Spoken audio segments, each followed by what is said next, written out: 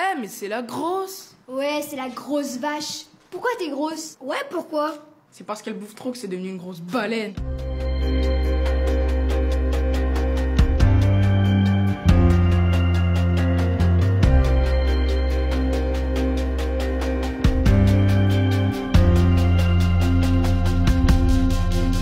Pour l'écriture du film, j'ai eu l'immense chance d'intégrer un groupe de parole qui s'appelle Obèse Anonyme, où plusieurs personnes en situation d'obésité se retrouvent pour parler en fait, de leur quotidien et de leurs souffrances. Je n'aurais pas imaginé que ces personnes faisaient face à autant de discrimination, de remarques, de méchanceté, de moqueries, de violences gratuites. Qu'elles soient psychologiques ou physiques, en allant jusqu'à de la violence gynécologique, en passant par un petit copain honteux, par une maman qui achetait des crèmes contre la cellulite à sa petite fille.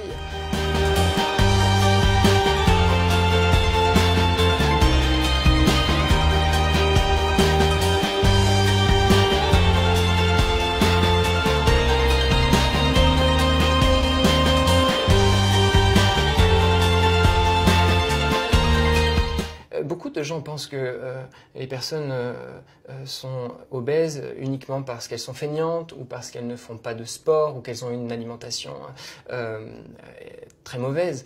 Mais le problème, encore une fois, c'est de ne pas prendre en compte l'intégralité des multiples facteurs. Dire seulement à quelqu'un de faire du sport, ça ne traite absolument pas l'aspect psychologique qu'il peut y avoir derrière, les traumas, ou pourquoi la personne en est arrivée là. Une phrase extrêmement importante du film, qui m'a été redite plusieurs fois par les personnes que j'ai pu avoir la chance d'interroger, c'est « je mange mes émotions ».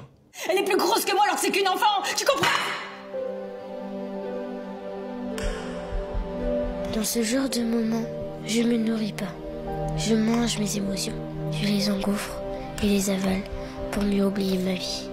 Les remarques, les injonctions à la minceur se révèlent être extrêmement traumatisantes pour beaucoup de personnes qui, au final, au lieu de penser que ça va les aider ou les faire changer, très souvent, ça a tendance à les faire sombrer encore plus. Ça peut aussi créer ce qu'on appelle l'effet yo-yo, c'est-à-dire que la personne va se motiver, puis va perdre un peu de poids, puis d'un coup va en reprendre énormément, ce qui va évidemment démotiver la personne, ça peut la faire entrer en dépression. Il faut vraiment comprendre que toutes ces injonctions, cette façon de faire, ces moqueries sont des choses qui peuvent détruire des personnes et les marquer sur toute une vie. Il est vraiment important que l'on puisse évoluer sur ce sujet, remettre en question des préjugés que l'on peut avoir et évidemment parfois ce qui nous semble bon pour nous ne l'est pas forcément pour les autres.